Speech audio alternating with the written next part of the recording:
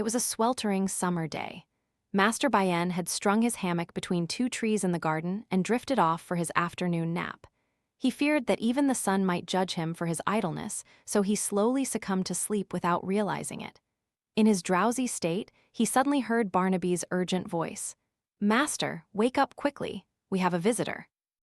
At the mention of a visitor, Master Bayen immediately tossed his slumber aside. For months, no one had come to him for feng shui consultations or ancestral rituals. His meager savings were dwindling fast, and he still had to feed his useless, untalented disciple. At this rate, he feared he might even have to sell his house just to put food on the table. Master Bayen scurried to the living room, tripping over himself in his haste, to find the guest already seated at the tea table. It was a middle-aged man, around 50 years old. He introduced himself as Mr. Phong, the butler for the Tran family in Mio Village, Hung Ha District, Tai Bin Province. His purpose today was to invite Master Bayen to examine their feng shui. Mr. Phong took a wad of 500,000 VND notes from his pocket and placed them on the table. "Madam has already paid a 100 million VND deposit. If you agree to visit our home for a feng shui consultation, the final payment will be 5 times this amount." Master Bayen's eyes immediately lit up. A 100 million deposit alone, and 5 times that amount. Isn't that nearly $500 million? Good heavens, with that kind of money, I wouldn't have to work for a whole year, perhaps longer. Master Bayen quickly snatched the money, fearing the offer might be withdrawn, and declared, "I'm usually very busy, but given your sincerity, I'll gladly accept." Mr. Phong nodded, satisfied. "Excellent. Master Thien, please prepare your belongings. We'll head to the car now and depart today." "I understand," Master Bayen replied cheerfully, but Barnaby looked puzzled. Master Thien? Isn't Master Thien the most renowned feng shui master in Batlim village?" "Confound it, you idiot!" Master Bayen cursed under his breath. There really was a feng shui master named Thien in Batlim village, but he had passed away 5 years ago. Master Bayen had since moved here, posing as a feng shui master after a family struck the lottery, effectively replacing Master Thien as the most skilled geomancer in Batlim village. Now, if you asked about Master Thien in Batlim village, people would say he was gone. But if you asked for the best feng shui master, they would undoubtedly point to Master Bayen's house. It seemed Mr. Phong had made a mistake. Seeing Master Bayen rooted to his spot, Mr. Phong urged him, "It's getting late, Master Thien. Please pack your bags quickly. We should leave before it gets too late." Master Bayen sensed something was amiss and finally spoke up. "You've got it wrong. My name is Bayen."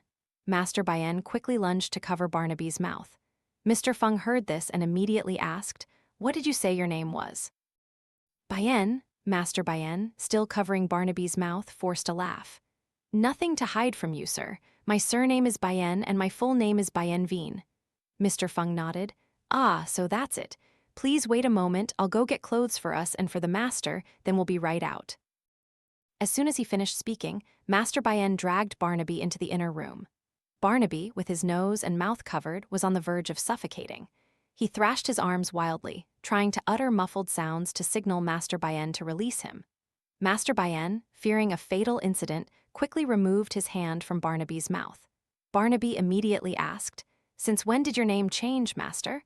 I remember your full name was Bui Van Bayen." Master Bayen put his index finger to Barnaby's lips. "SHHH, if the client outside hears that, we'll lose this lucrative opportunity." Barnaby, though a bit slow, wasn't stupid. He thought for a moment and immediately understood. "So you're impersonating Master Thien? Well, he's dead anyway. We're not stealing business from anyone, are we?" "That makes sense. If it makes sense, then quickly pack our clothes." And so, Master Bayen, using Master Thien's identity, accepted the Tran family's invitation and set off for Mio village that very afternoon. In Master Bayen's eyes at that moment, there was only the $500 million VND, completely unaware of the horrifying disaster awaiting him in Mio village. He might not even make it out alive, let alone enjoy the money. Mio village, also known as Phuongla village, is located in Hung Ha, Tai Bin. It is renowned as the wealthiest village in the rice country.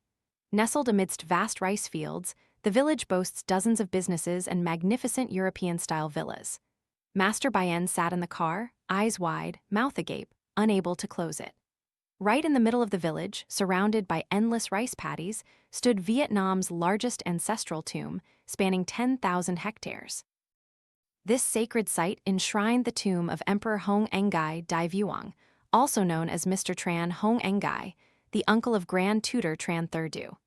He was the one who taught the people of Mio village how to cultivate mulberries, raise silkworms, and weave silk. As they drove through, Master Bayen and Barnaby passed numerous grand and imposing houses. Finally, the car stopped in front of a towering gate. Mr. Feng pulled out his phone and made a call. After a minute, the heavy iron gate slowly slid open, allowing the car to enter. Inside, a majestic and opulent villa appeared before the eyes of both Master Bayen and Barnaby, nearly making their eyeballs pop out. Back in Hoyan village, they had thought Ms. Chiu's family house was the most splendid. Now they realized they had been like frogs in a well all along. The family's villa was like a pond next to an ocean compared to this residence. Mr. Feng led Master Bayen and Barnaby into the living room, instructing the servants to bring water and snacks for the guests. He then went inside to summon the homeowner. When only the two masters remained, Barnaby whispered, "Master, this family is so rich, they must be very powerful. What if they find out you're an imposter? Will they call the police and have us arrested? That would be really bad."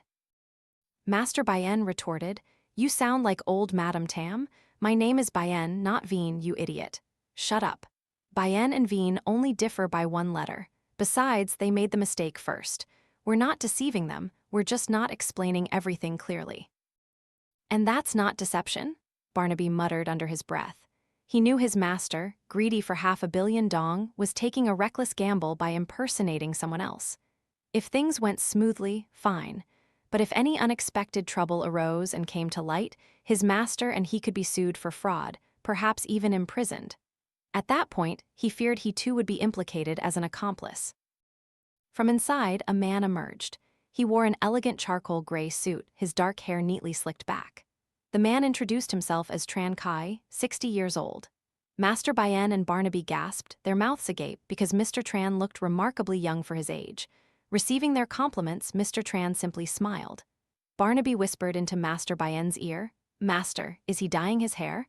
No one's 60 without a single gray hair." "Mind your own business. Why are you so nosy?" "I'm just a little curious." "Master, you should also dye your hair like Mr. Tran. You're only 50, but you look a decade older than him." "You little rascal." Master Bayen couldn't control himself. He swatted Barnaby's head, making him yelp in pain. Mr. Tran looked over, and Master Bayen quickly offered a fake laugh. "Oh, the flies keep bothering him, so I'm helping him shoo them away." "Is that so? Then I'll have the servants spray insecticide throughout the villa." By the time the two masters reached the dining table, Mr. Tran was already seated. Beside him sat a woman who looked very young, not yet 30. Her belly was slightly swollen, suggesting she was pregnant. Master Bayen assumed she was Mr. Tran's daughter and praised her. "Your daughter is truly beautiful." A subtle change flickered across Mr. Tran's and the young woman's faces. After Master Bayen's comment, Mr. Feng stepped behind him and whispered into his ear, "Master, this is my madam." Master Bayen realized his blunder and his face paled, but he couldn't be entirely blamed. What were a young woman and an old man like Mr. Tran doing together? One might even mistake them for grandfather and granddaughter. The woman raised a glass of water, offering a gentle smile that dissipated the awkward atmosphere. "Hello, Master. My name is Linuyen. As I am pregnant, I cannot drink alcohol today. I will respectfully toast you with water." Master Bayen picked up the wine glass in front of him and gently clinked it against Linuyen's. Mr. Tran also stood. "Thank you, Master Vien, for traveling so far to assist my family. Please have a drink with us." Master Bayen felt like choking every time he heard the name Vien, his heart thumping wildly. Master Bayen was not much better off than Barnaby. But once you commit, you must follow through. The money was already in his pocket. There was no turning back. Halfway through dinner, Linuyen complained of tiredness and bid farewell to the two masters. Mr. Tran, concerned, instructed the servants to carefully assist her back to her room. Master Bayen was slightly surprised and thought, pregnant women need care, but needing two people to help her walk a few steps seems a bit excessive. As if sensing Master Bayen's thoughts, Mr. Tran turned to explain, "Please don't laugh, Master. I'm 60 and this is my first child, so I'm very cautious." After dinner, Mr. Tran told Master Bayen to rest early, as they would formally discuss the work tomorrow. For the first time in their lives, sleeping in such a spacious room on such a soft, comfortable bed, the two masters quickly fell into a deep sleep. Master Bayen suddenly awoke to the sound of a child sobbing. It was strange. Mr. Tran's child was still in the womb, so where was the child's cry coming from? He sat up and looked around, but heard nothing. Just as he drifted back to sleep, a faint wailing sound echoed in his ear again, repeating endlessly. He tossed and turned, alternating between sleep and wakefulness until morning, his eyes as dark-rimmed as a panda's. At breakfast, Master Bayen sat at the table. Mr. Tran, startled, remarked, "That's odd. You seem to have lost sleep last night, Master. Your spirits don't seem good today." Master Bayen, of course, couldn't reveal the truth to Mr. Tran, so he fabricated an excuse. "Last night, I stayed up late studying some feng shui books." "Really? Even someone as skilled as you still dedicates himself to learning. Truly admirable." During breakfast, Lin Nuyen asked directly, "When will you find a suitable place to build a room for my child, Master?" Master Bayen stammered, "These feng shui formations, cannot be rushed." "But I've been waiting for over a week, and you've already explored this entire villa. Or perhaps, Master, you're not capable enough." "Kai, don't speak like that. Master Thien is very renowned in feng shui. You must not be disrespectful to him." Mr. Tran reprimanded Lin Nuyen for her impudence in front of outsiders. Lin Nuyen, displeased, immediately told a servant to escort her back to her room. Mr. Tran sighed and said to Master Bayen, "She's young and thoughtless. I hope you'll forgive her, Master. I don't mind it myself." The breakfast ended on a somewhat sour note. Mr. Tran went to the company to handle business. Master Bayen and Barnaby continued their search for a good feng shui location. Lin Nuyen stayed in her room all day, refusing to come out. By afternoon, Mr. Tran returned home. Because his wife had been angry that morning, he had stopped by a jewelry store earlier to buy her a diamond necklace as a peace offering. Of course, upon seeing the gift, Lin Nuyen immediately cheered up. She insisted Mr. Tran go down and instruct the servants to cook some sweet red bean soup. She suddenly had a craving. Mr. Tran nodded and left. Lin Nuyen admired the necklace in her hand, a soft smile gracing her lips. It turned out what truly made her happy wasn't the expensive jewelry, but Mr. Tran's thoughtful attention. Outsiders might have said she married Mr. Tran only for his wealth, but that wasn't actually true. Society always advocated for an egalitarian world where love transcended age, social status, or even gender. Yet, few were willing to believe in a pure love between two people with a 30-year age difference. Only Mr. Tran and Lin Nuyen truly understood their own hearts. They came together out of love. The baby in her womb was the crystallization of that beautiful relationship. Putting the diamond necklace back in the safe, Lin Nuyen left her room and went downstairs for dinner. Suddenly, an invisible hand reached out from behind and pushed Lin Nuyen. At that moment, Mr. Tran and the two masters, Master Bayen and Barnaby, were already seated at the dining table, laughing and chatting. Everyone heard the servant's terrified scream, "Oh my goodness, Madam fell down the stairs." Mr. Tran jumped up in a panic and rushed to Lin Nuyen. She was on the floor, clutching her belly, her face contorted in pain. Blood flowed profusely from between her legs. Mr. Tran's face turned ashen. He quickly told Mr. Phong to prepare the car and then scooped up Lin Nuyen, hurrying her out to the courtyard. They would figure out what to do later. Mr. Tran returned from the hospital with a sorrowful expression.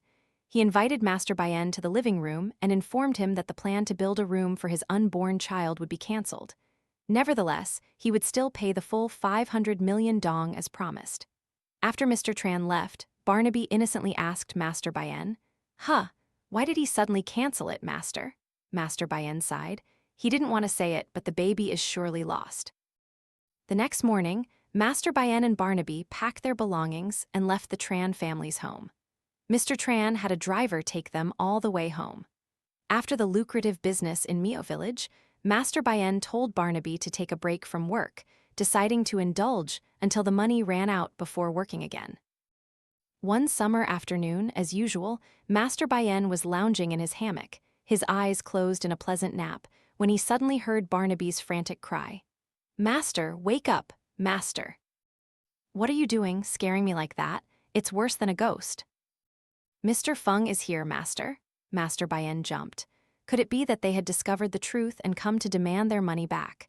But he had spent quite a bit over the past half-month. He wouldn't want to repay it, nor would he have enough. He decided that retreat was the best strategy. Master Bayan told Barnaby, "Go tell Mr. Feng you couldn't find me. Tell him to go home, but don't you dare move an inch until he's gone." Master Bayan got out of the hammock, intending to slip away through the back path. He had only taken a few steps when Mr. Feng's voice echoed from behind him. "There you are, Master Thien. Where are you going?" Master Bayan immediately stopped upon hearing the name Thien.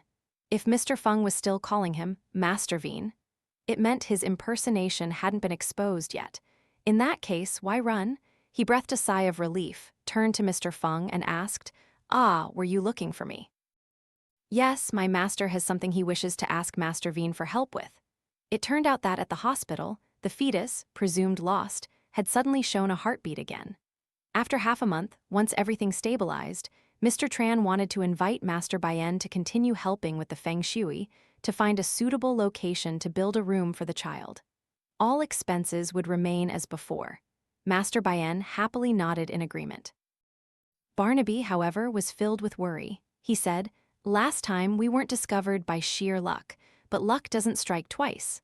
Master Bayan patted Barnaby's back. "Forget about it. Who cares if no one remembers the child is lost when we have such a good thing going?" As before, it took the two masters a long time to reach Mr. Tran's villa in Mio village. The moment Master Bayan stepped out of the car, he suddenly shivered as an unexpected chill enveloped him. He stood stunned, looking at the villa, a creepy sensation washing over him. Only half a month ago, this place was full of vital energy. Why is it so gloomy now? Could it be that little ghost causing trouble? Mr. Feng led Master Bayan and Barnaby into the living room, instructing the servants to bring tea and cakes. Mr. Tran was taking Nguyen to the hospital for a checkup and would be back in about 10 minutes. While only the two masters were left, Master Bayan asked Barnaby, "Do you feel like this villa is different from before?" Barnaby, stuffing a sweet pastry into his mouth, chewed and replied, "I don't see anything." Master Bayan asked just for the sake of it, knowing what the answer would be. With Barnaby's dull nature, how could he possibly notice anything? Master Bayan's eyes scanned the living room. As he glanced towards the staircase leading upstairs, he suddenly saw 3 faint figures standing there, staring intently at him. He jumped up in alarm, and the 3 shadows vanished. Master Bayan then mumbled, so it wasn't a child ghost after all, but 3 grown-up ghosts. Barnaby, sitting nearby, asked blankly, "What are you doing, Master?" Master Bayan sat down and whispered into Barnaby's ear, "There's something I need to tell you. I'm being haunted not by just 1 ghost, but by 3. "Ghosts? Then let's go home, Master." Master Bayan flicked Barnaby's head. "You're supposed to be a scholar of the spiritual arts, yet every time you hear about ghosts, you get so scared you look like you're about to wet yourself. Have you ever successfully caught a ghost to claim you're not afraid? Don't underestimate your master. This time, I have a secret weapon." The secret weapon Master Bayan spoke of was the talisman he had stolen from Hoang. He had personally witnessed Hoang, with a mere flick, subdue Jia Lan's vengeful spirit. Believing in the immense power of this talisman, he thought he wouldn't fear any ghosts or demons with it in hand. He would destroy them all if they dared to interfere with his taking a generous sum of money from Mr. Tran. The sound of a car engine pulling into the driveway signaled Mr. Tran and Nguyen's return. Upon seeing Master Bayan, Mr. Tran shook his hand cheerfully. "Welcome, Master Thien. You must be tired from such a long journey. Tonight, I will host a lavish banquet to entertain you." Master Bayan forced a laugh, but thought to himself, "I didn't realize fate was so kind to me." Mr. Tran then looked at Nguyen with tender eyes. "It's all thanks to my wife." Nguyen clasped her husband's hand, her face radiating happiness. Nguyen was then escorted by the servants to her room to rest. Master Bayan recounted his sighting of the 3 spirits to Mr. Tran, suspecting they were the 3 skeletons found in the flower garden. Mr. Tran was utterly astonished. To this day, the police had been unable to identify the 3 sets of remains, as the bones had been buried for nearly 60 years, making the investigation a dead end due to the passage of time. The only thing the police could conclude was that Mr. Tran was not involved in the matter. Now, knowing that 3 skeletons were haunting his home, Mr. Tran was shaken. After a moment, he composed himself. Master, do you have a way to subdue these 3 spirits? They carry a lot of vengeful energy, and I fear they will cause disaster. Please help me. Any cost is not an issue. Would 3 billion be enough, Master? Master Bayan had been waiting for this. He quickly said, a spiritual practitioner does not concern himself with money, but if you insist, I will accept the sum. I won't use it for myself, but to purchase offerings for the deities to bless all living beings. Master truly has a benevolent heart.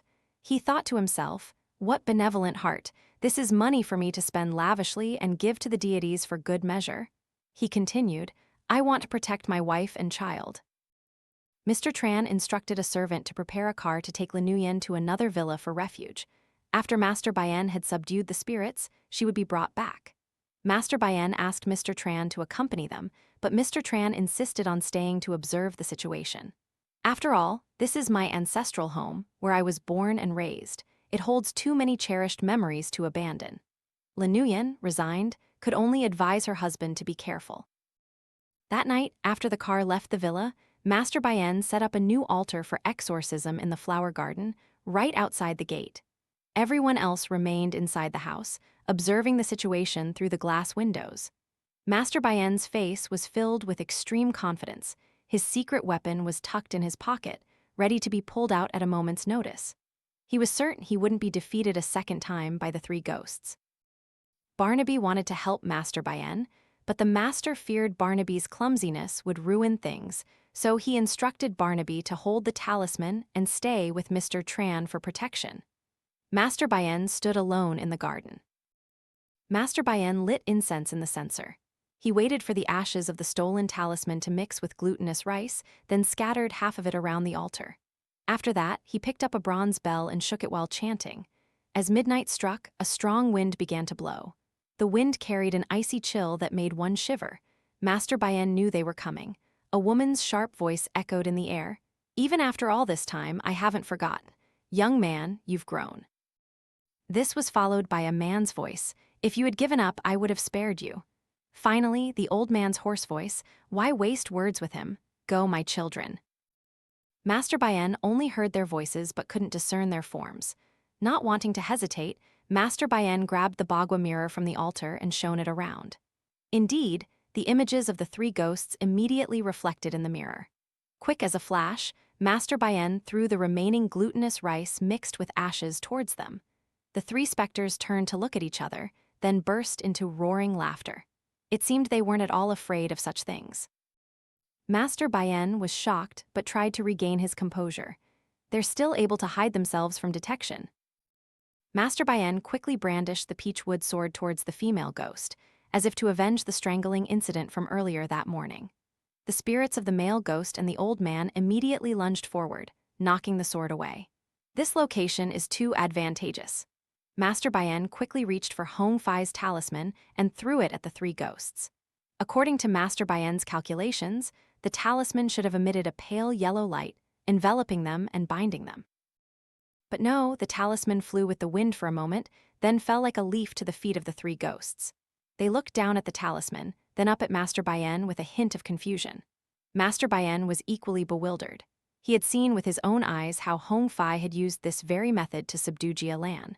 Why was the talisman suddenly useless for him, or was the talisman drawn incorrectly?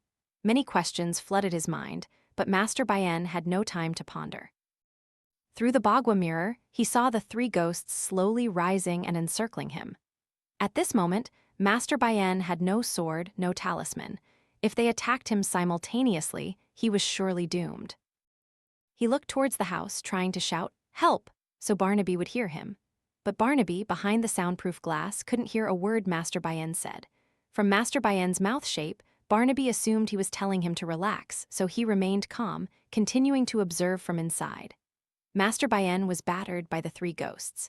Just as the male ghost's spirit was about to finish off Master Bayan, the candle on the altar was knocked over by the wind, falling onto Hoang-Fai's talisman.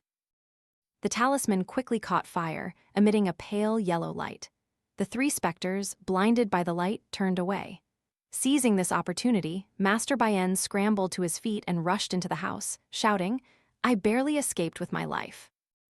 Barnaby, thinking his master had won a resounding victory, joyfully ran to embrace him. But before he could do anything, Master Bayen gave him a stinging smack on the head, hitting Barnaby hard. Barnaby clutched his head, looking at Master Bayen in confusion. "Why did you hit me, master?" "If I had a sword here, I would have chopped your head off." Mr. Tran, seeing the sudden tension between the two masters, intervened. "Masters, what's going on?" Master Bayen crossed his arms. "These three ghosts are too powerful. I'm not strong enough to subdue them." The profound silence shattered. An icy chill from the flower garden permeated the house. Master Bayen then yelled, "They've entered the house." Master Bayen trembled, pointing at the three spirits hovering before him, but everyone else was bewildered. Barnaby frantically looked around, terrified. "Master, I don't see anything." A flower vase suddenly flew directly at Mr. Tran, thrown by the female ghost. Master Bayen quickly pulled Mr. Tran aside. Otherwise, Mr. Tran's head would surely have been covered in blood. Mr. Tran's face turned pale, and he stammered, "Oh my goodness, what in the world is happening?" No one could see the three ghosts except Master Bayen, so they couldn't dodge their attacks. The servants scattered in terror. The male ghost's spirit flew directly behind a maid. Master Bayen saw it and yelled, "Look out!" But it was too late. The ghost had twisted the girl's neck, breaking it. As she fell, the three ghosts simultaneously flew at her, tearing apart her unfortunate soul.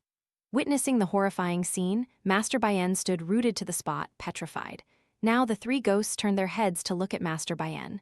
Their mouths were covered in blood. Their eyes glowed blood red. Master Bayen felt his heart was about to drop out.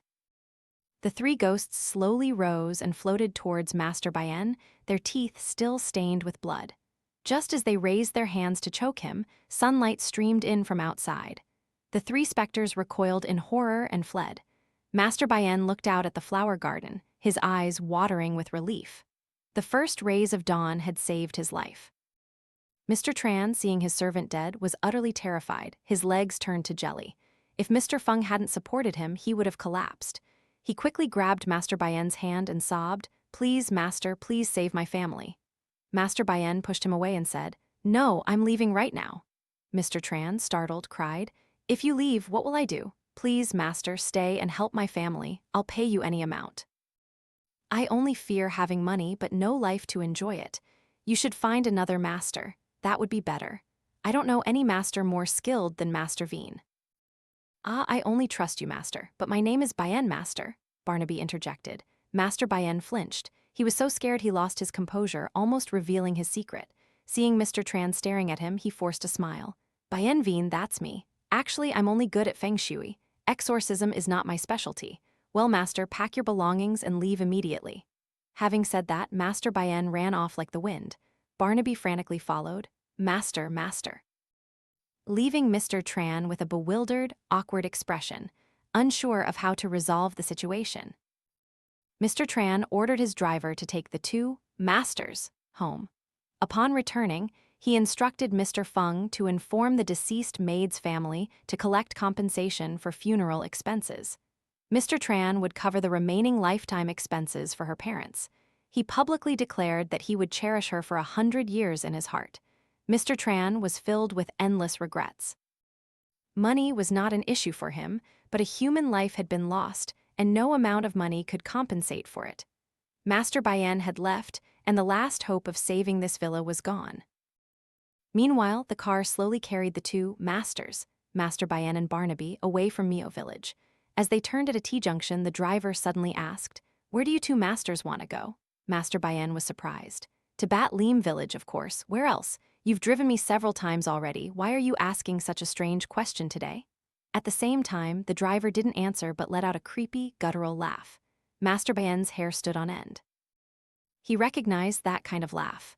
Master Bayen immediately tried to open the car door, but the driver had already locked it. Master Bayen felt that the driver was not quite human, and Barnaby too seemed unsettled. Barnaby, confused about what was happening, asked, "The air conditioning is blasting, so why are you sweating so much, master?" Master Bayen pointed at the driver and stammered, He is." Before Master Bayen could finish, the driver slowly turned his head. In that instant, both Master Bayen and Barnaby felt their hearts were about to leap out of their chests. The driver's face was chalk white, like plaster. His eyes were sunken and pitch black like two gaping holes. His mouth stretched to his ears, revealing two yellowed, crooked teeth. With a terrifying scream, Master Bayen finally managed to blurt out, "He's the male ghost from the villa." The driver chuckled eerily, and a deep, guttural voice, utterly different from his earlier tone, resonated from his throat. "Trying to run, are we? It's not that easy." He then floored the accelerator, his head still turned backward. The car swerved wildly on the road, darting from the left lane to the right. Master Bayen and Barnaby were terrified out of their wits.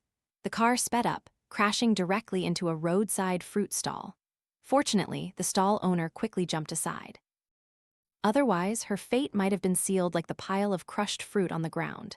Seeing that the car didn't stop after causing the accident, but continued to speed away, the owner cursed furiously. "May you rot in hell, you hasty bastard, running like you're going to die." That monstrosity, driving like a madman, crashing and flipping, scattering all my merchandise. Barnaby heard this and felt indignant. "Does that old woman need to be so venomous? We didn't mean to." The driver flashed a sinister smile. He took both hands off the steering wheel, his foot still on the accelerator. The car swerved into the oncoming lane, losing control and colliding with a passing motorbike. This chain collision injured several people. Passers-by rushed out, yelling at the driver to stop, but he ignored them.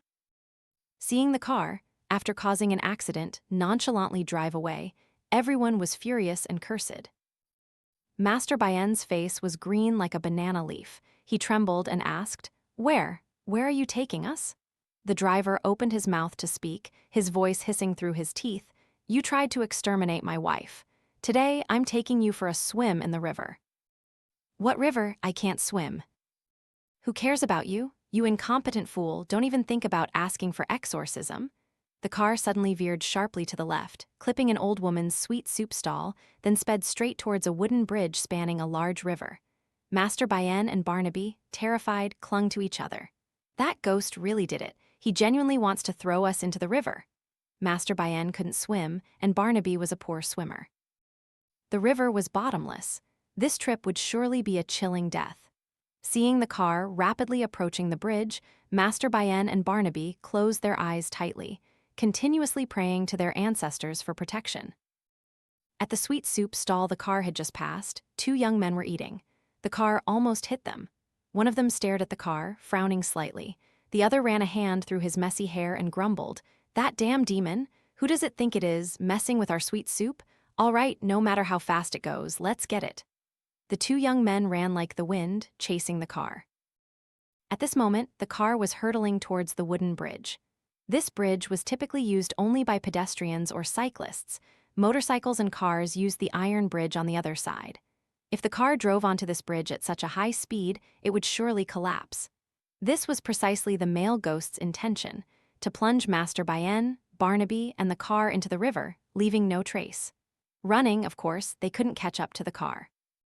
One of the young men stopped, took a wooden, soul-catching gourd from his backpack, and opened the lid. White paper talismans in human form flew out with the wind.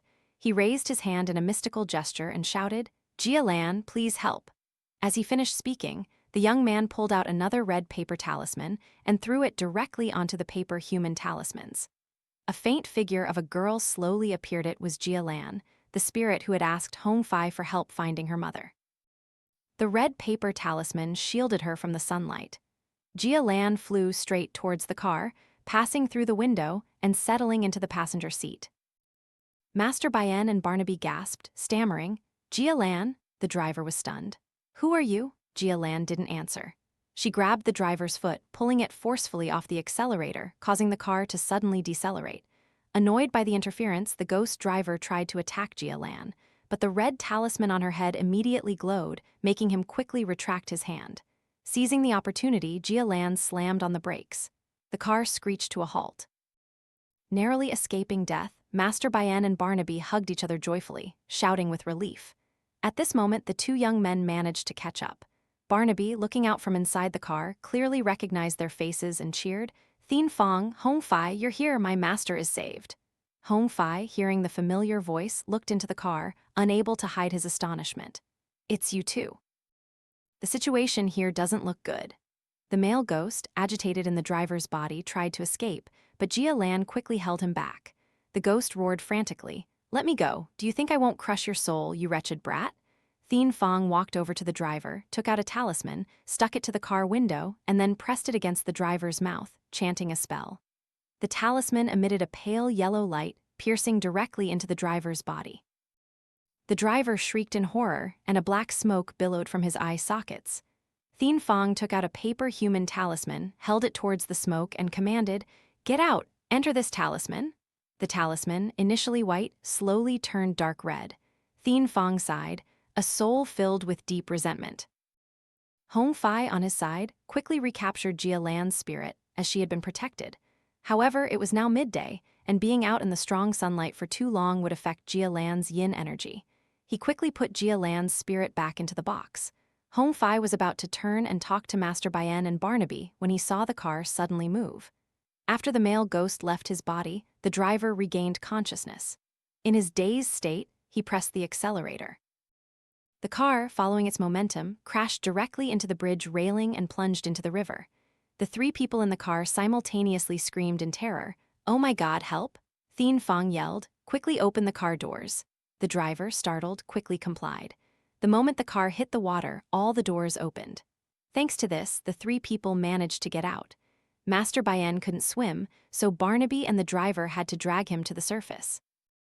But just as the three of them surfaced, and before they could even breathe a sigh of relief, all three were pulled straight down to the riverbed. The water, which had been calm, suddenly became a raging torrent. Thien Phong's face changed. "This is bad, it's water ghosts." Passers-by, seeing the accident, gathered in large numbers. But this river was very deep, and people frequently drowned in it, so no one dared to jump in. Thien Phong saw this and muttered, "Well, the more people there are, the harder it will be." He then instructed, "Keep Thien Phong from the river. Hoang, hurry up." Hoang protested, "Why is it always me? You know I can't swim." Hoang quickly pulled out his backpack, removed his headband, took a stack of paper talismans in human form, stuffed them into his shirt pocket, and handed one end of a red string to Thien Phong. Then, leading the charge, he plunged into the river. The moment he touched the water, Hoang felt countless slimy hands grabbing at him. These were the spirits of those who had drowned in this river, becoming water ghosts, unable to find peace unless they found a replacement. Hoang took several paper talismans from his pocket and threw them far away. Thien Phong, on the shore, performed a hand seal and chanted a spell. The paper talismans suddenly glowed white. They laughed eerily and exuded a cold breath that attracted the water ghosts to swim towards them. Seizing this opportunity, Hoang swam to find Master Bayan, Barnaby, and the driver. It turned out all three were surrounded by a swarm of water ghosts, their thin, skeletal hands and feet preventing them from swimming to shore. Hoang reached them and quickly threw another stack of paper talismans, drawing the water ghosts away. Then he took out a piece of red string and gave it to the three people. Unable to speak underwater, Hoang could only signal them to tie the string around their wrists. Meanwhile, the paper talismans on the other side had dissolved in the water. The water ghosts realized they had been tricked and went berserk, immediately swimming back to find Hoang. Feeling the ghosts getting closer, Hoang quickly tied the red string to his wrist. With a forceful tug on the shore, Thien Phong felt the movement of the red string on his wrist. He performed another hand seal and chanted a spell. The red string in Thien Phong's hand immediately glowed brightly, moving straight down into the river. The water ghosts shrieked in terror and swam away in panic. Seeing the opportunity, Hoang signaled the three people to follow him. Master Bayan was unconscious. The driver and Barnaby struggled to drag the old master ashore. The driver was about to help Master Bayan expel the water from his lungs when Barnaby rushed forward and pushed him away. "Oh, Master Bayan, you old man." Seeing his master lying stiff and pale, Barnaby cried out, sobbing, "Master, how could you abandon me? How will I live now, Master?" As he spoke, Barnaby repeatedly thumped Master Bayan's chest. Master Bayan suddenly sat up, spewing water directly into Barnaby's face, then yelled, "Who did you wish dead, you wretched boy?" Seeing Master Bayan alive, Barnaby was overjoyed and wrapped his arms tightly around his neck. "Thank goodness, Master, you're safe." Thien Phong smiled faintly at the scene. Hoang patted Thien Phong's shoulder and teased, "Missed your master, did you? Go give him a hug." Thien Phong glared at Hoang, then turned to Master Bayan and asked, "Did those three spirits intend to kill both of you?" Master Bayan rubbed his chest a few times to calm down, then recounted everything to Thien Phong and Hoang Phi. Hoang Phi scratched his chin, stating resolutely, "It's definite. The owner's grandparents or parents must have murdered someone and buried the bodies in the flower garden." Master Bayan and the driver's faces turned pale as they looked at Hoang Phi. Thien Phong cleared his throat. "The full story isn't clear yet. Let's not jump to conclusions. The bones were dug up in their house. If they didn't kill them, then who did? Would someone else kill them and then bury them in their garden?" Thien Phong didn't bother arguing with Hoang Phi further. He turned to Master Bayan and said, "Sir, please lead us to that villa." "Young man, it was so difficult to escape that place. Even if you paid me, I wouldn't go back. I need to go home." Hoang Phi then smirked. "Earlier, you mentioned 3 skeletons. The male ghost has been subdued, which means there are still 2 left. Going home won't solve anything. But tonight, if they come for you, protect yourself, old man." Hoang Phi picked up his backpack, walked over to the driver, and whispered something to him. The driver nodded, then quickly led Thien Phong and Hoang Phi. Master Bayan, intimidated by Hoang Phi, naturally didn't dare to leave Hoang Phi and his brother's side. He tugged Barnaby's arm. "Run." Wait for me." Hoang Phi walked leisurely ahead, a faint smirk playing on his lips. Throughout the morning, Mr. Tran sat at the tea table, continuously calling friends and seeking out skilled exorcists, but to no avail. Just as Mr. Tran was in a state of extreme tension, a servant rushed in, panicking. Master Veen has returned." Mr. Tran, startled, immediately stood up and hurried to the gate, where he saw Master Bayan, Barnaby, and the driver approaching. He was overjoyed. "I knew Master Veen would come back to help me. I'm so grateful to you, Master." "But why are your clothes and hair all wet?" Hoang Phi entered the gate and happened to overhear this. He frowned and asked, "Master Veen, isn't your name Bayan?" Barnaby quickly lunged to cover Hoang Phi's mouth. "Whisper, don't reveal it, young master. My master's situation is complicated. I'll explain later." Hoang Phi nodded, signaling understanding for Barnaby to remove his hand. Master Bayan immediately told Mr. Tran, I just fell into the river. My clothes are all soaked." "Can I explain later?" Mr. Tran was startled. "Then everyone, quickly go bathe and dry off. You might catch a cold. My clothes, I left them at the bottom of the river." Could you lend me some clothes?" "I'll have the butler go out and buy some new clothes for you. Master, please go to your room first. The clothes will be brought to you shortly." As soon as he finished speaking, Hoang Phi rushed straight to the room where Master Bayan and Barnaby had previously stayed. Master Bayan pulled Thien Phong by the arm to follow. The 2 drivers also greeted Mr. Tran before heading to their respective rooms to shower.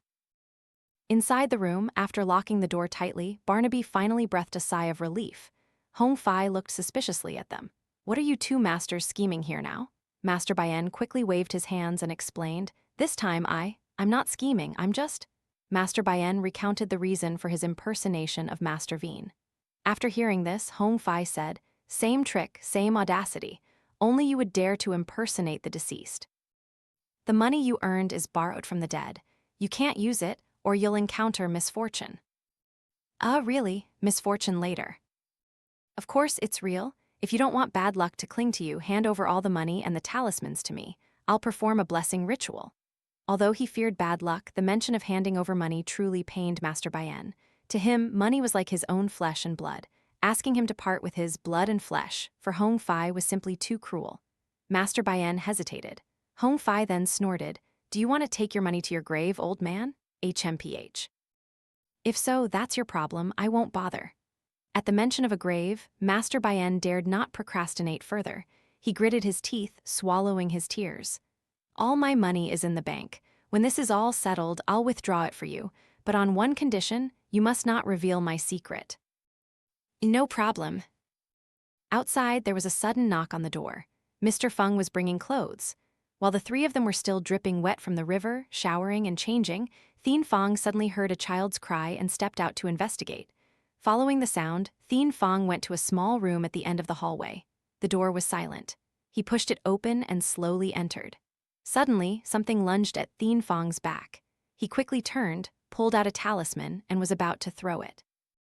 The creature recoiled in fright, crying out in terror, "Don't throw a talisman at me, uncle. I just want to play with you." Thien Phong approached and observed. He found it was the spirit of a child. He frowned and asked, "Why aren't you reincarnating? What are you doing here?" I don't know how to go. Who am I? Why did I die? And why am I in this house?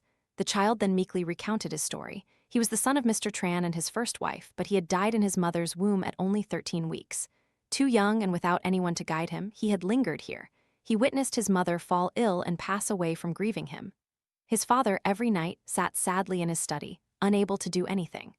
Fearing that, his father remarried and had another baby. He cried every day, feeling abandoned. Unexpectedly, half a month ago, his father's new wife slipped on the stairs and miscarried.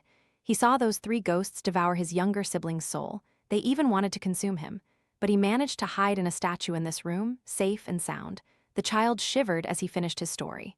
Just last night, I even killed Ms. Lan, a servant. Her soul was so weak. Thien Phong frowned. A normal spirit can't consume another spirit. Unless. Thien Phong looked down at a statue on the shelf, shaped like a child with black eyes drawn on it. He asked, "Phong and Chai, have you been hiding in this statue?" "Yes," the child continued. "After I died in my mother's womb, I don't know where my mother found a statue like this. She carved the date of my pregnancy and miscarriage onto it, along with the name she intended for me. She said the statue had been blessed by a shaman. As long as she reverently worshipped it, the statue could guide the baby back to their family. Little did she know that this very statue had imprisoned her son here for all these years, preventing him from reincarnating." Thien Phong picked up the statue and examined it, realizing it was a dark art. This spell traps the spirit of a child after a miscarriage. Small spirits would be drawn into the statue. Occasionally, they could leave the statue to wander, but they couldn't stay away for too long. The black paint over the eyes was to obscure their vision, preventing them from seeing the path to the gates of the underworld. This dark art has existed since ancient times. But parents, overcome by grief after losing their child, were willing to ask a shaman to cast a spell to keep their children with them forever, completely unaware that their blind love was hindering their children's path to reincarnation. This shaman was quite skilled, which is why when the child's spirit hid inside, the other female ghost couldn't harm it. Thien Phong placed the statue on its back, revealing 2 dates and a name. He smiled and turned to the child. "Tran Kai Min. So this is your name. You have a name. Your parents gave you a very beautiful name." The child smiled upon hearing this. "I have a name, so I'm not an anonymous ghost. I'm so happy." Thien Phong looked at the child with sadness. If he had been born, he would surely have been a bright and lovable boy. Suddenly, the statue in Thien Phong's hand emitted a black mist. Kai Min's body trembled, shrank, and was drawn into the statue. Thien Phong heard Kai Min's voice. "I have to go back into the statue now. Next time, let's play again, uncle." Thien Phong thought for a moment, then took the statue and left the room. When he returned, Hoang and the 2 masters, Master Bayan and Barnaby, had already showered and changed. The 4 of them went back to the living room. Mr. Tran was still sitting there, waiting. Master Bayan, as their representative, recounted everything that had happened to Mr. Tran. Knowing that his driver had been possessed and almost killed Master Bayan and Barnaby, and also caused a traffic accident that overturned market stalls, Mr. Tran felt extremely remorseful. He instructed Mr. Feng and the driver to find the people affected by the accident and compensate them. This, of course, included the 2 masters, Master Bayan and Barnaby. Master Bayan was ecstatic, suddenly having money flowing into his pocket, when Hoang, sitting next to him, gently nudged his arm, a half-smile on his face. This gesture from Hoang meant to tell Master Bayan, "Even this money will be confiscated." Master Bayan's face crumpled into a frown. Mr. Tran took Master Bayan's hand, pleading sincerely. "Master Veen, you've returned. This means you will help me subdue these ghosts." Master Bayan jumped up. "Oh my heavens, sir, please don't joke. I was almost killed by those spirits several times. They would subdue me before I could ever subdue them." Mr. Tran's face showed clear disappointment as his rekindled hope was extinguished. "This villa is where I was born and grew up. It holds so many memories. I truly want to save it. But if I can't find a powerful enough exorcist to deal with those ghosts, perhaps I'll have to leave this place." A hint of sadness emanated from Mr. Tran's pupils. Thien Phong then said, "Don't worry, sir, I'll help you subdue these spirits." Mr. Tran looked at Thien Phong, astonished. The young man in front of him was only around 20 years old. How could someone so young know how to catch ghosts? He quickly waved his hand and said, "Even an experienced person like Master Veen couldn't deal with those spirits. Don't risk your life. My life is worth more. I would rather abandon this villa." Nothing is more precious than life itself. Hong Fai, hearing Mr. Tran's words, almost burst into laughter. Uncle, don't compare my brother and me to Master Bayen. Master Bayen has shown me that he is a true ghost exorcist, not a fraud. Master Bayen gave Hong Fai's leg a hard kick. Hong Fai's face contorted in pain and embarrassment. He limped inside the hall. Master Bayen forced a laugh. "Haha, this is Junior Quan, my disciple. He's really very talented, sir. Why don't you let them try?" Thien Fong's calm voice then resonated. "Sir, my brother and I will help you subdue the spirits that have been disturbing this house. Please prepare the necessary items for us." Master Bayen's affirmation, coupled with Thien Fong's confident demeanor, dissolved the skepticism in Mr. Tran's heart. He nodded. "Please tell me what you need, and I will ensure everything is prepared." Thien Fong wrote down everything he needed. These included a large, brightly colored rooster, 3 bowls of glutinous rice, long and even, without a single broken grain, 3 white talismans, some cinnabar ink, and 2 paper human effigies with undrawn eyes. Mr. Tran instructed the servants to quickly go to the market and procure all the items.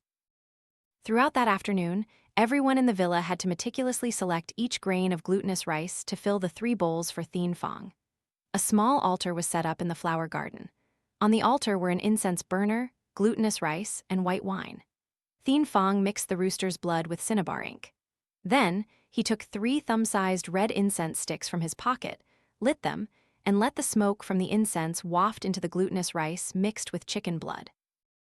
Everyone in the house stood solemnly, holding their breath, watching Thien Fong's every move.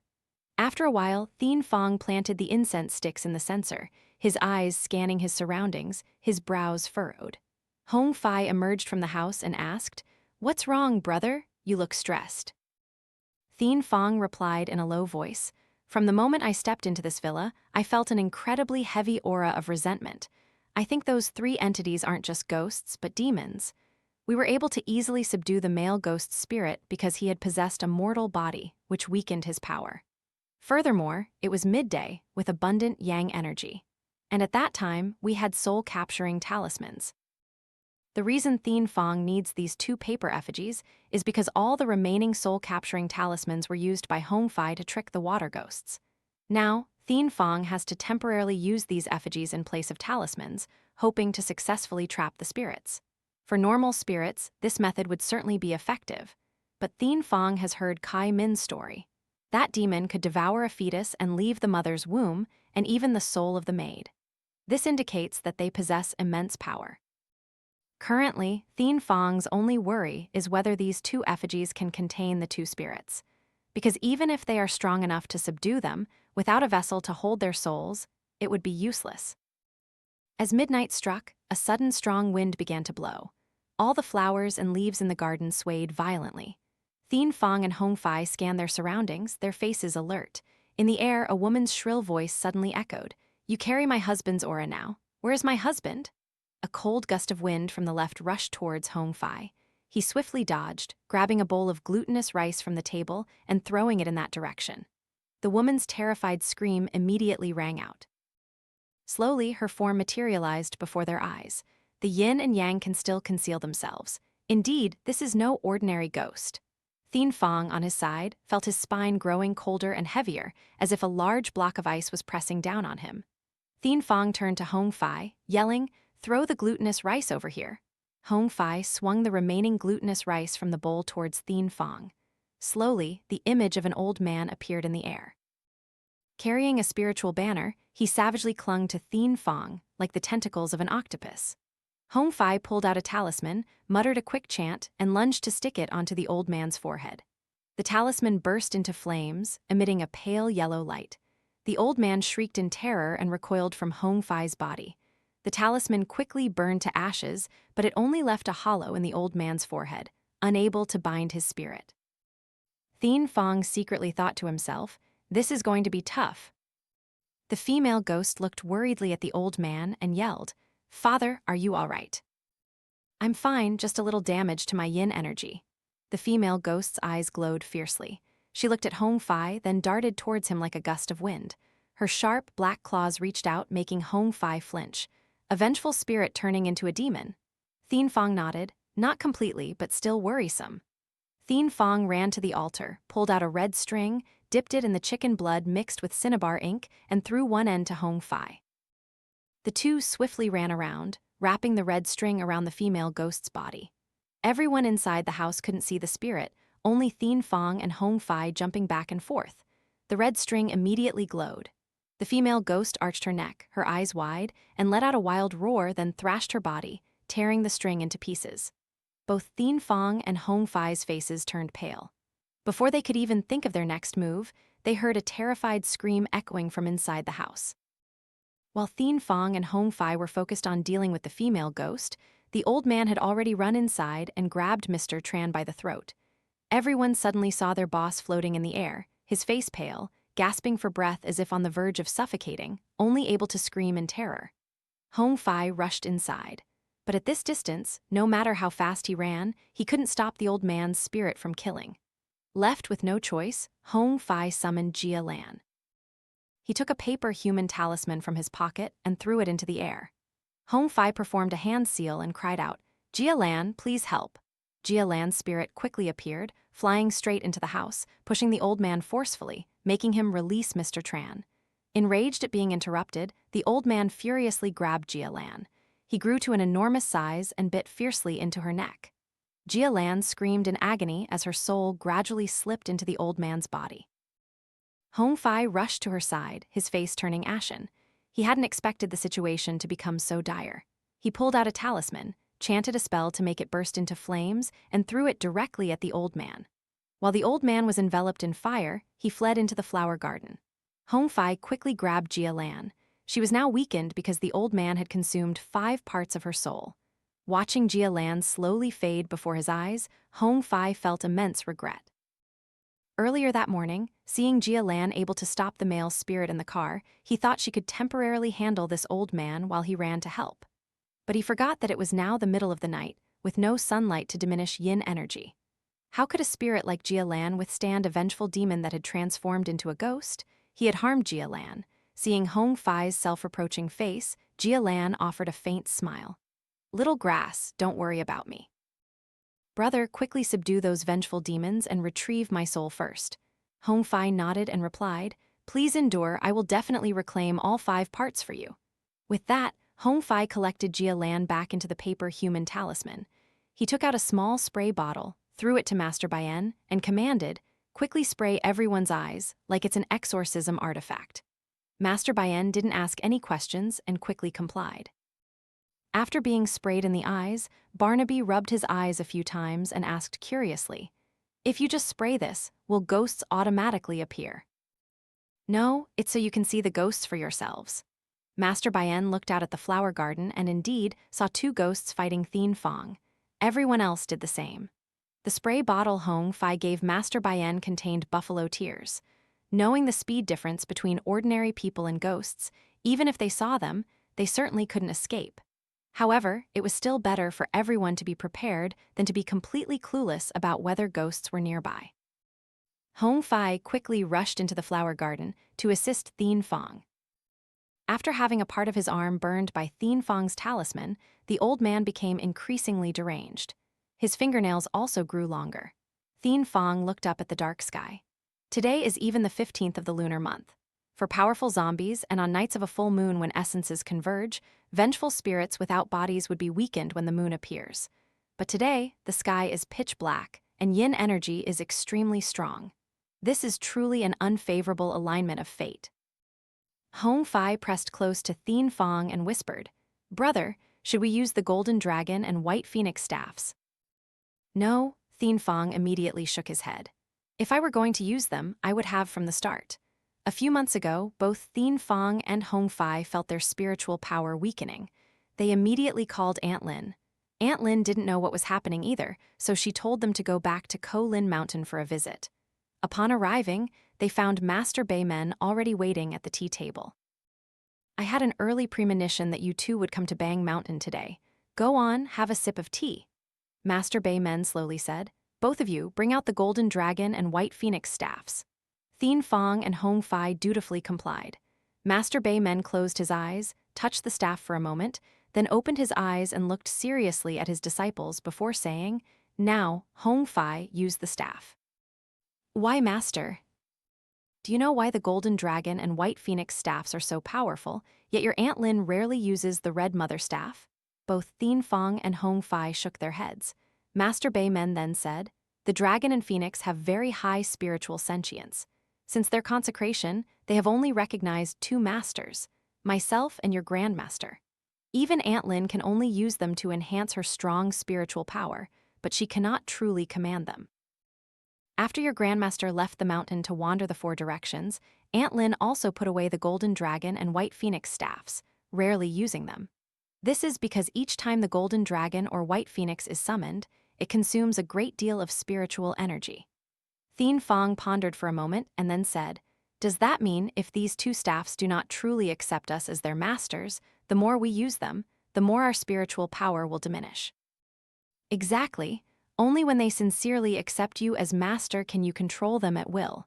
Therefore, when it's not absolutely necessary, do not use the staffs to trade your spiritual power for an exorcism tool. Ah, it's not worth it. Since then, the golden dragon and white phoenix staffs had always remained in their pouches, never once taken out. Thien Phong scanned the two vengeful spirits hovering before him, trying to figure out a way to deal with them. In such a critical situation, with no offerings, not a drop of my sex, red blood, holy water all used up, and the last soul-capturing talisman gone, it's as if the heavens are playing games with us. I have to use the golden dragon staff. But it will take months for my spiritual power to stabilize again. Summoning the golden dragon now would be like sacrificing my life. At this moment, the two vengeful spirits lunged to attack Thien Phong and Hongfei. Thien Phong pulled out a yellow talisman, chanted a spell, and threw it at the female ghost. Hongfei threw one at the old man. As before, the talismans could only cause slight damage to their bodies but couldn't bind them. Everyone in the house, seeing this, trembled, stammering, Master, Master. Even Thien Phong and Hongfei can't do anything to those two ghosts? Looking at the remaining talismans in his pocket, Hongfei frowned. He tugged Thien Fong's sleeve and said, I only have one talisman left. Thien Phong clenched his fist. He was even worse off than Hongfei, also with just one talisman. Now, if they didn't strike fast and hard, there was only one path.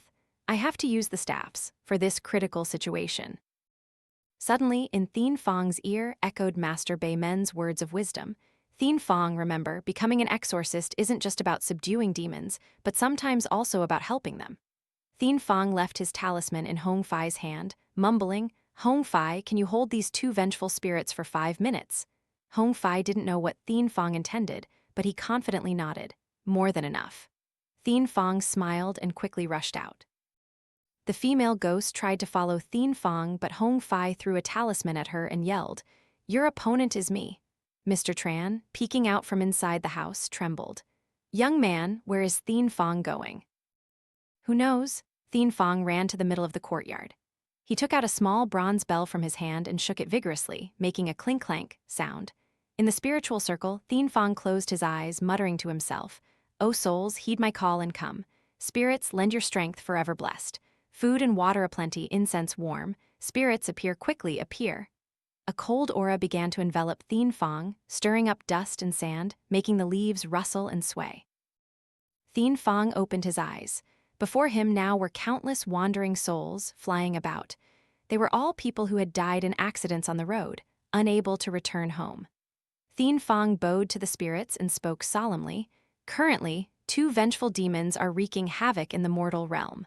Please, honorable spirits, lend me a hand to subdue them. I will fulfill my promise to offer full veneration so that during your time awaiting reincarnation, you will no longer suffer from hunger and cold, but find warmth and sustenance. The spirits looked at each other as if discussing, then collectively nodded to Thien Phong. Thien Phong was overjoyed. The bronze bell in his hand rang once more, guiding the spirits into the villa. Thien Phong returned. Hongfei had just finished burning the last of his talismans. He saw the spirits following Thien Phong and was startled. Brother, that many? You even summoned Yin soldiers. Thien Phong shook his head. No, they're just here to help us. The spirits surged forward, encircling the 2 vengeful demons. A fierce battle ensued. Everyone inside the house witnessed this terrifying scene, trembling in fear. Master Bayen and Barnaby, having seen ghosts a few times before, were somewhat used to it. But the others had only just opened their spiritual eyes for the first time. Yet, they had to witness such a massive and horrific display. The old man and the female demon tried to devour the spirits, but there were too many. They couldn't cope with the sheer number and were gradually depleted of their yin energy by the spirits. On this side, Thien, Phong, and Hoang rushed to the altar, bent down, and took a paper effigy. They dipped their fingers into the cinnabar ink mixed with chicken blood and dotted the eyes of the effigy. Then, they carried the effigy and the bowl of rice to stand before the spirits. Thien Phong said, "Come, honored spirits, please step aside." The spirits immediately scattered in all directions, leaving only the two vengeful demons facing Thien Phong and Hoang. Thien Phong sprinkled the glutinous rice from his hand around the bodies of the vengeful demons. He raised the effigy towards them and chanted the binding spell. Immediately, the glutinous rice began to smoke. The eyes of the effigy glowed a fiery red, drawing them inside. The old man clasped the female demon's hand, struggling to escape the effigy's pull. Sweat beaded on Thien Phong and Hoang foreheads. The two continued to chant, knowing that any interruption would immediately render all their efforts useless. When they saw the entire souls of the two vengeful demons had been absorbed, Thien Phong immediately raised his finger and wiped away the two cinnabar ink marks from the effigy's eyes. Hoang did the same. Afterward, he repeated the process, attracting the 5 parts of Jia Lan's soul. Thien Phong bowed to the wandering spirits. "Thank you for your help, everyone. I will definitely fulfill my promise." The spirits slowly vanished. The effigy containing the female demons suddenly sobbed uncontrollably. "We died wronged. What's wrong with seeking revenge?" Thien Phong's voice was low. "Tell me who buried your bodies." The old man's effigy tearfully recounted the story that had happened 60 years ago. At that time, Mr. Tran had only been born for a few months. His family was not yet as wealthy as they were now and was facing difficult circumstances, deeply in debt. Mr. Tran's health was also weakening, and doctors predicted he wouldn't live past 1 year old. Mr. Tran's father, Mr. Hugh, sought out an old shaman, asking for a way to resolve their karma. The shaman told him that the land the family lived on was an extremely inauspicious location. If they continued to live there, they would lose all their fortune, and in the worst case, their lives. To change their fate, there was only one way: to leave that house. But given their current financial situation, Mr. Hugh simply didn't have enough money to move. The shaman then enticed Mr. Tran's father to use dark magic to alter the feng shui. "Just follow my instructions, and you will surely become increasingly wealthy, and your family will be peaceful and happy. At that time, I will only take a small fee." However, this ritual requires souls to be performed. Seduced by the shaman's sweet words, Mr. Hugh cruelly murdered 4 people. They were the family of Mr. Hai Lan, his own relatives, who had come to seek refuge at Mr. Hugh's house because of an epidemic in their hometown. After committing such a heinous act against his own kin, Mr. Hugh called the shaman to perform the ritual. The shaman used a compass to examine the area, then found a suitable location to bury the bodies, which was the villa's flower garden. This dark magic truly worked wonders. Mr. Tran's health improved. Mr. Hugh's career flourished like a kite catching the wind. The shaman said that by trapping the spirits underground with his talismans, this inauspicious place would turn auspicious, attracting great wealth. After 100 years, the extremely inauspicious land would become entirely good. Yet, only 60 years later, our remains were dug up. Mr. Tran seemed unable to believe his ears. He never imagined that his father, whom he had always respected, could be so cruel, willing to murder his own relatives for money. Everyone was horrified and condemned the deceased master, while pitying the wronged spirits. Thien Phong suddenly realized something and immediately turned to the old man. "Earlier, you said Mr. Hugh killed several people?" The 2 vengeful demons burst into laughter, triumphantly. Only just realizing it now? Too late. Thien Phong remembered Kai Min's story and urgently asked Mr. Tran, "You have a pregnant wife. Where is she now?" Mr. Tran didn't know why Thien Phong was asking about Linuyen, especially with such a panicked expression. So he honestly replied, "Because she was in danger, I told her to move to the villa on the next street." Thien Phong slowly led them there. Thien Phong's anxious expression made Mr. Tran also feel uneasy, so he immediately told the driver to take everyone to Linuyen's place that very night. As soon as they got out of the car, Thien Phong and Hong Fai felt a surge of yin energy surrounding the house. The two immediately rushed inside. They found Linuyen lying on the floor, clutching her belly, her face contorted in immense pain. Mr. Tran, horrified, tried to rush to his wife's side, but Hong Fai pulled him back. Don't. She's been possessed by the child demon. What? Linuyen suddenly sat up. Her pupils turned black. She let out a contemptuous laugh. So many people, so fun. It was clearly Linuyen's mouth, but the voice was soft and childish. Thien Phong frowned. Indeed, when that female spirit died, she was pregnant. Now the child demon is possessing Mr. Tran's wife.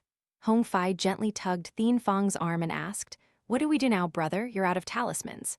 Thien Phong was also in a bind, not knowing what to do. At this moment, a child's voice suddenly rang out. "Uncle, I can help." From Thien Fong's satchel, a small spirit flew out. It was Kai Min. "Why do you need to subdue her? She just wants someone to play with." Kai Min flew to Linuyen, extending his tiny hand. "Come out, I'll take you to play." Linuyen's eyes widened. "So fun." The child demon emerged from Linuyen's body. It was a little girl. Linuyen fainted to the ground. Mr. Tran rushed to embrace his wife.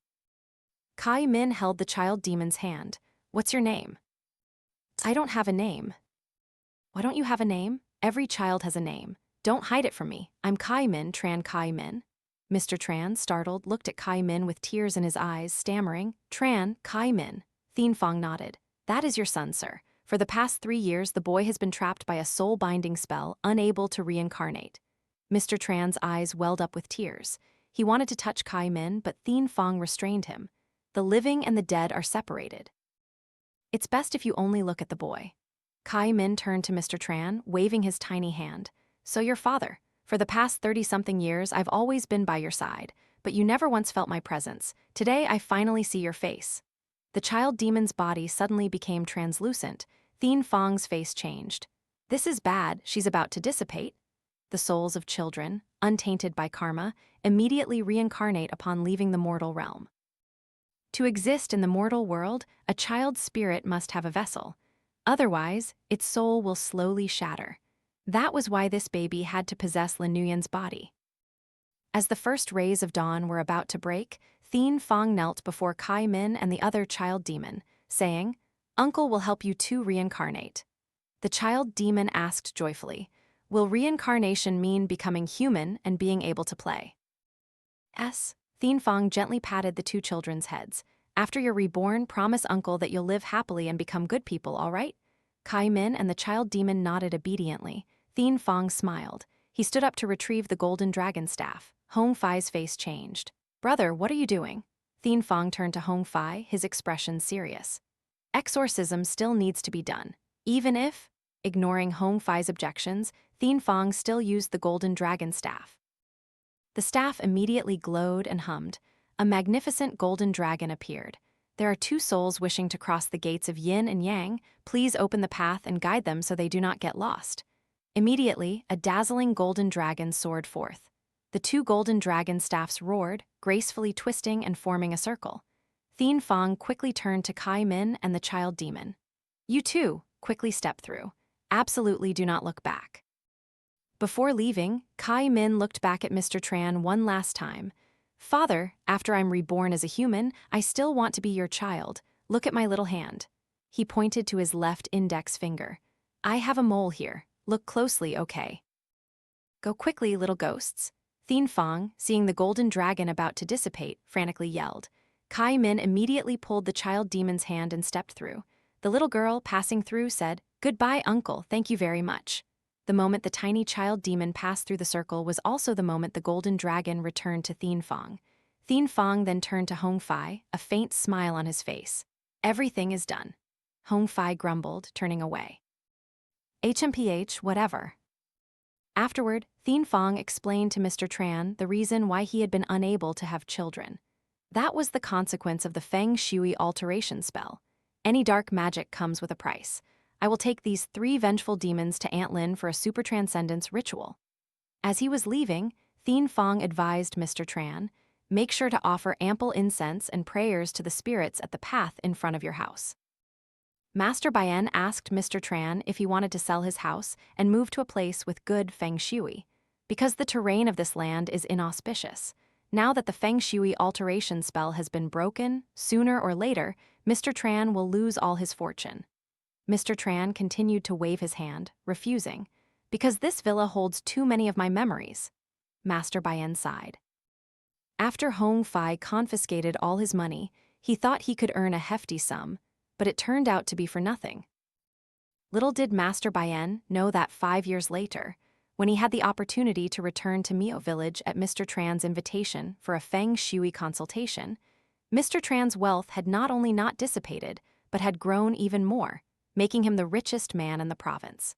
It turned out that the best feng shui in the world was not found in some distant place, but in a person's own kindness.